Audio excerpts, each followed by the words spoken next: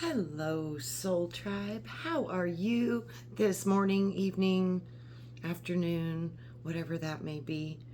I thought I would just do a quick little upload for you guys because I've been pondering a complex subject that most of us are interested in, and that is light.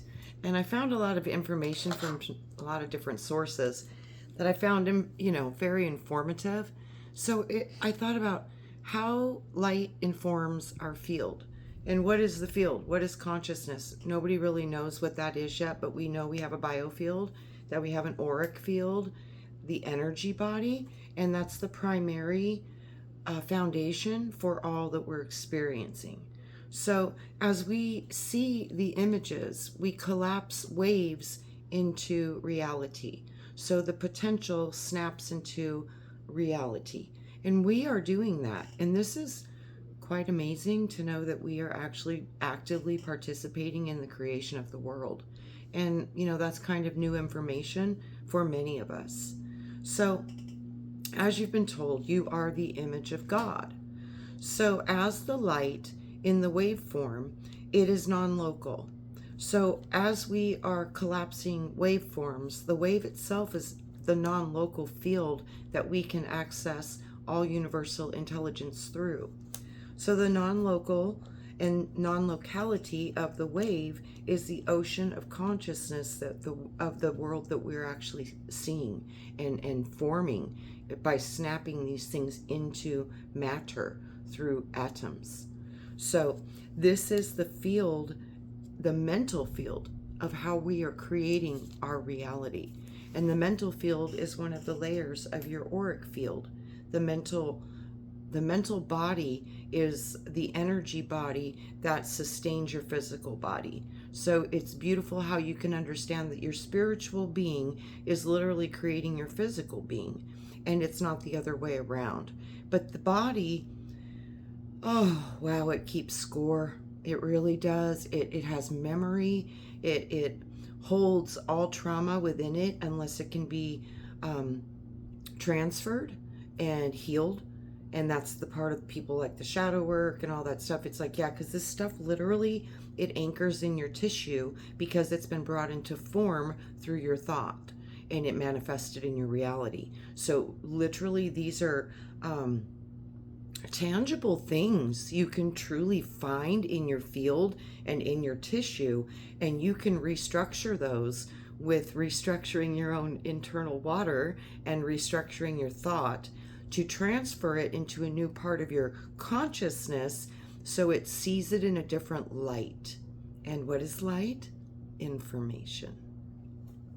So I was also looking at the eyes. When I think about the eyes, I've heard a few different ways, a few different times, because I've always looked at the observer, the part of us that observes consciousness in a separate part of our consciousness. And apparently only about 20% of the population are now exhibiting that they hold internal dialogue. I thought that was fascinating. I was under the assumption everybody had internal dialogue, but apparently this may not be what we are facing right now. So that's very interesting to contemplate. And wow, is that really the percentage? I don't know, but wow, is that something I've been looking at a little bit too? I was like, no internal dialogue versus people that have internal dialogue. That's a pretty profound difference of how you're processing reality. So as we look at our eyes and we look at the power of the observer and we look at the power of how our vision is pretty much helping us facilitate the reality alongside with the collective universal reality that we're connected to through the field, those two realities are observing the reality, creating the reality, and witnessing you all simultaneously. So basically, the eye that you see through is the same eye that creation is witnessing you through. It's like a mirror. It's a wonderful, beautiful expression of the power of the eye and what the real meaning of the eye is. It's the eye is the part of you that God is seeing you through, and the part of you that is seeing God's creation outside of you as a participant of that process. So this is how, ye are God's. you're actively participating in creation with God. So that's real. And when we start to understand that, we can actually start to drive your consciousness so you can start to see, experience, and feel more of what you choose rather than just being driven by the collective as a collective ocean of field consciousness that you're currently in. So it puts you from passenger to driver. And that's a beautiful place to sit in, and you can create any vehicle you choose to drive through this process when you start to understand the power of your mind and your consciousness. So we are turning light into particles, or the parts that we see. They are collapsing into form or into matter. We collapse it into form, and the information goes into the form itself. So information. See, we bring things to information to bring them into form, information. So it's cooperative. So the wave to the particle, and a lot of people say particles don't even exist. So we can't dispute atoms exist. So it's a conundrum. We're learning a lot with quantum that we've never fully been able to look at before. We didn't even have the language for it, and we're learning. And much of it was put away due to the process of wanting evidential, manifested, reproducible evidence for scientific methods. That is, with quantum, it's very hard to do that because it completely can change depending on who's watching. So that's a conundrum. So that's why there's been kind of a separation with that. We've gone away from the participation of it, of the act of how vital the observer actually is to the whole process. So this is why when you're processing light, this is why we're called a sun, because the sun is emanating information as well as receiving and processing information. So ye are the sons of God. Yeah, that's why you're a sun, is because you are a solar being, and your solar light inside of you is your energy chakra system, and your chakra system is an emanation coming from your field into your body, and those wheels of energy are operating your physical form. But outside of your form is the true operating systems, which is the subconscious mind and the field that you're existing in. So those are ultimately more powerful than what you think. So the thinking part of you is way less important than the feeling and the perceiving and the knowing part of you. So those are completely different aspects of self that you can operate through. Those are the two paths, the division, the bifurcation, all that stuff that people speak about. It's the process of choosing. Do you choose to believe outside of you, or do you choose to believe you're creating within? And which wolf do you feed? Do you choose one that wants lots of power and control and it's more ego? Or do you wish to be one who's trying to serve humanity and be the best human that you can be through selfless acts of kindness, compassion, and basically the 11th commandment? Love your brother as you would love yourself. So there's two different ways, and it's just simply how you choose to experience life. More materialistic or more spiritualistic. So it's just a choice, and it's neither is bad or good. They're both part of this existence. So the sun is the messenger, and it is a very powerful source that creates all that we see, and it sustains all the life on the planet. So as we look at light, we are also looking at how we are being informed. How is light informing us, and how is this realm informing us? One of the interesting things that informs us to our subconscious, because it's working primarily with symbology, because symbology is deeper than language. It is part of the original codes of you. So this symbology that we see within these crop circles, and we see written on the ancient cities and the ancient walls, these are very powerful symbols to access parts of your consciousness that you have forgotten.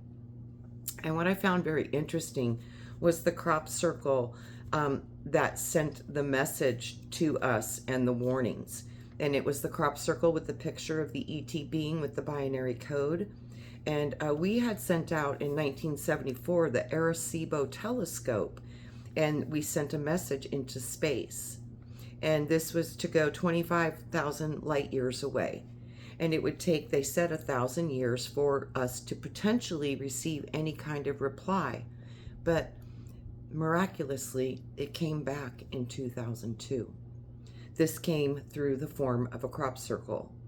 And what they showed in this crop circle was they showed us their DNA, that it was not 2 strands, but 3, that their height was much smaller than humans and their technology much, much more advanced. Their image was of a small gray-like figure with large black eyes, and it showed them in their solar system, not ours. The next message, a day later, was a disc with a binary code, and it read, "Beware the bearers of false gifts and their broken promises. Much pain, but there is still time. There is still good out there, but you must oppose deception. Conduit closing." Why did they send that message? Out of all the messages that could be sent from higher intelligence, why was that the one that they made sure that we received? That is something I contemplate daily. Why did they send this through geometry and light? Because the soul knows, and it helps you to remember. To remember means gathering the parts of yourself that were forgotten. You gather through the members or the parts of yourself that are now hidden or unseen. The aliens have not been coming to save you. They are a part of you. They are a part of the constructs that have gone through different paths of their own soul's evolution and experience. Many of them may not even be soul or human, simply bioorganic, technologically advanced systems of artificial intelligence with some layer of connecting to the mirrors of consciousness surrounding our planet. So, fallen angels are also a potential. False light is a very big potential. This could be the false light deception that they've been speaking of. It's through the means of deception through technological rather than more organic information. So we're receiving information at a vast, vast pace right now with the introduction of the AI systems. Wow, the information is getting fast and profound, and it is going deep. So a lot of people have recently been experiencing, and there's been reports of, and this is just allegation, there's no fact or evidence to any of I'm speaking right now. It's just for entertainment and educational and observance and trying to find patterns. So what we're seeing is some of the top people that develop these processes are now going through massive bouts of psychosis, and some are even getting hit with some pretty bad illness. So that was pretty interesting to look at that, because the top people who are the heaviest involved in this now, it seems like everything around them is falling apart. So that's also another big clue that I was looking at. So as we're watching the information of light come in, there's going to be a very big determining factor whether it is false or true. And discernment is going to be really getting challenging. So the meanings through the crop circles with the warnings, they were warning all of us. They were warning us about the potential futures. They claimed that they had lost everything. They watched humanity become data. Star Trek, soulless. They saw the machine, God rise. This is why they were warning us. If they block the sun, we will not be able to code or inform our cells and our DNA, and eventually our mind. To be cut off from sun, which is cut off from source, to make you dumb, to shut off your spirit from your soul. As they corrupt the DNA, you may be losing vital light that keeps you vitally present and alive in your physical body. These are all things we just don't know yet because we've never experienced things like these before. I just know that plants require the light. They only survive and live through photosynthesis. We are very similar with that process. We literally are very similar to plants. So as we can see that this can really harm the plants, we can understand it could potentially harm the humans. So the images of light from the sun are the way that we are informed. And they inform all light and all sons of light. And isn't that amazing? Because when you look at it that way, you see that that means everything that lives and is natural on the planet. Animals, plants, oceans, everything. Everything would be part of that structure. As they are turning our dual strand DNA to 3, it may corrupt your ability to process light from the sun. The antenna might get broken or corrupted to where it can no longer receive the frequency from source, which might be very critical to its very existence. The systems of artificial, many have been terming to as SOPHONs, or synthetic photonic light, the false light. The problem with this is it would look or appear identical to true light. It'd be very hard to discern between the two. The only way that they can potentially trap you is if you would be complying to the lie and going through not understanding the amount of deception that we truly might be facing. Do not be deceived. I remember one of the last messages Brian left me was, "We won't get fooled again." That song, that video that he did, it was beautiful. And I love the Pink Floyd, "Welcome to the Machine." That was beautiful. And those were like his final messages. He was seeing things at a very different level. Before he left us, we were going to go through the holographic universe. Those now concepts are hitting mainstream thought. They used to be something that people were like, what? But now we're looking at it going, oh, wow, this could be potentially very true. So the deception, the lies, the things that we've always thought were real, we're finding out now everything's different. Our histories aren't the same. Everything has been changed. We're looking at all these different ways to control our consciousness and control our societal beliefs, values, and systems. And now that we're starting to understand that, we can look at what is the truth for your soul? What is the truth for your heart? How would you like to see things changing in the changes that we will be currently facing? So, I always, too, when I think of deceptions, I always think of what Jesus said in the Bible when he was faced with Satan and he was offering him all the kingdoms. And he's like, this is not my Father's house. Where I go, you cannot enter. So there's a difference between choosing self or choosing others as a collective unity factor and understanding we're one. We're truly one aspect of creation expressing in a multitude of unimaginable ways.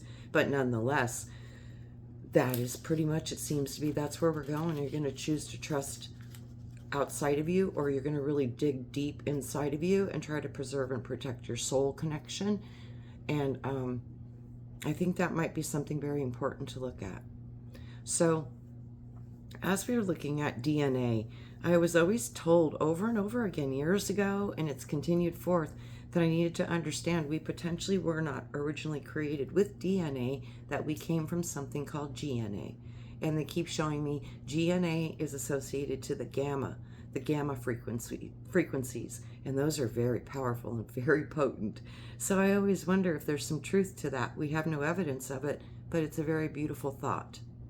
The GNA, they told me, the GNA were from Adam and Eve, and that was the separation of soul and spirit working in combination with Christ consciousness. And it was the perfect trinity before the fall. And we went from GNA to DNA. And that was always an interesting concept that they kept showing me.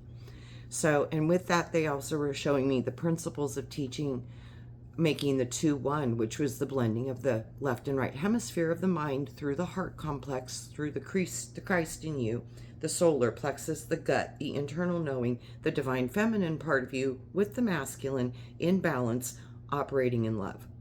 And that's the marriage in the bridal chamber that you're waiting for. And that activates the baptism because it explodes the pineal gland, which bathes you in oil And that oil bathes your brain and accesses and open doors to higher consciousness you couldn't currently have access to.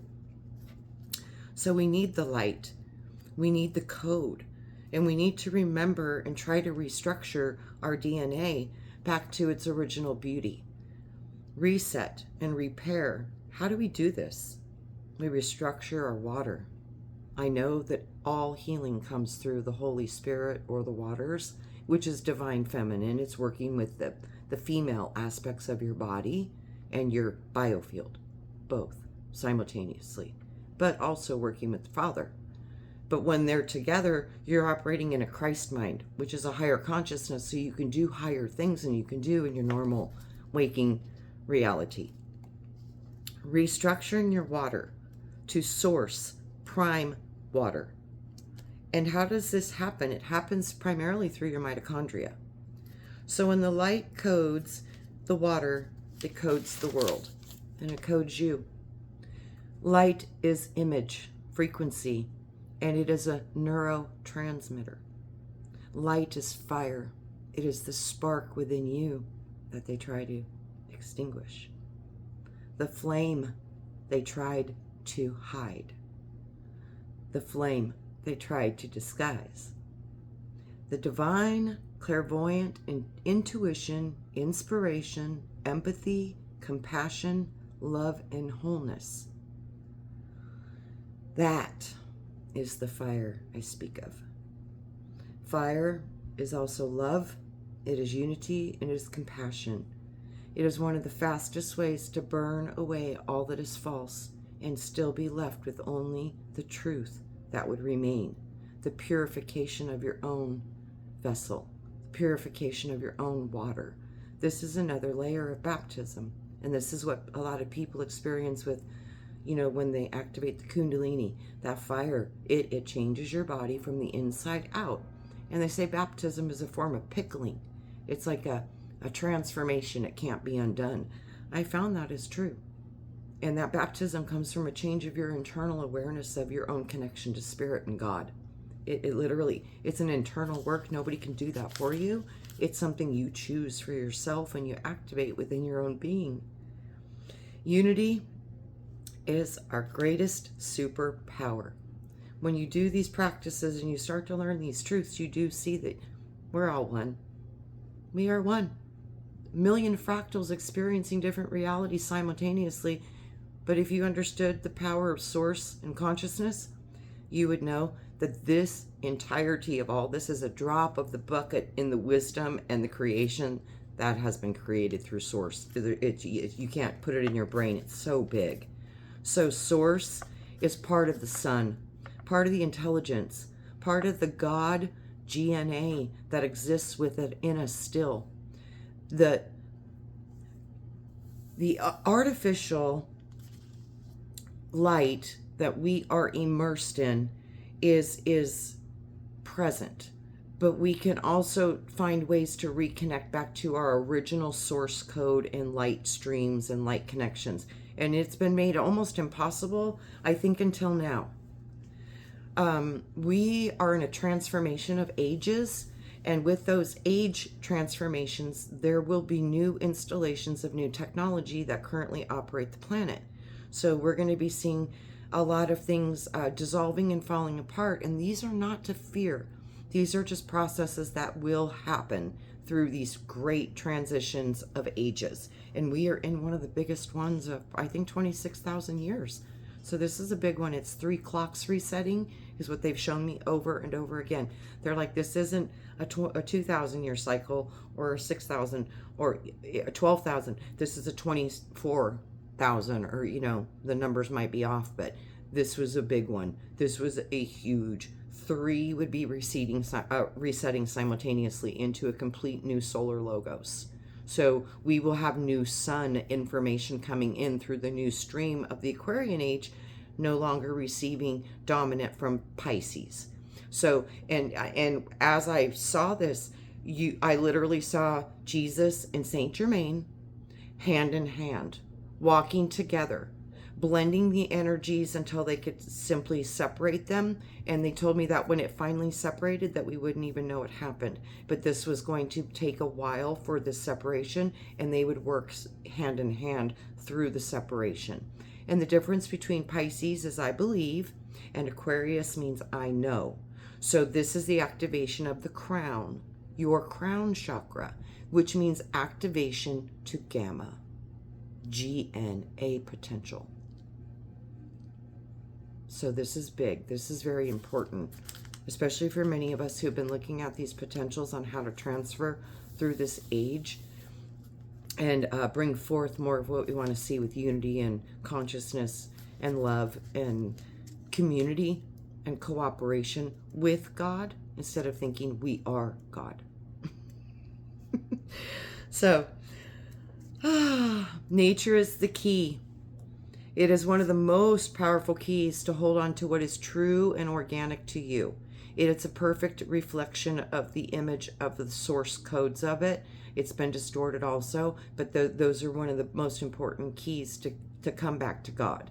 To come back to original source coding is through what we can still find natural. So, and like I said, everything here is holographic in nature, so that's a whole nother layer of holy moly, where are we sitting right now? But within our reality, this is where we're at. So all of it is a mirror reflection of original creation points and distorted creation points through true and false light working together. So this is what they don't want you to know. It's hidden in plain sight. There are two kinds of light. There are two connections you can connect to, and there are two ways of operating your conscious stream. One is more of ego and service to self. The other would be more of oneness, unity, and cooperation. So this is where we're at, and this is what the struggle we're going to be going through, because this is a big separation, and it's a really big deal. And then I just go through the journal, and of course I see a beautiful message from Brian, and this was on 5/24/25. Be you. If you could only see behind the veil, you would be so amazed at what you truly are. Your light is like a diamond. It shines like a sun. Your patterns, your colors, your facets, your vibration, your wisdom are as unique as the iris of your eye. That is what you bring to earth. No one is like you, yet we are all one. As a field of light and consciousness ever interwoven, as an orchestra of sound, light, and love. Be the frequency you want to receive. It is true. Y'all, this is big. There is no time as you are experiencing it now. Have no fear. Trust in yourself. You have so much more of yourself that you can tap into. You are just yet still unaware. Create, create, create.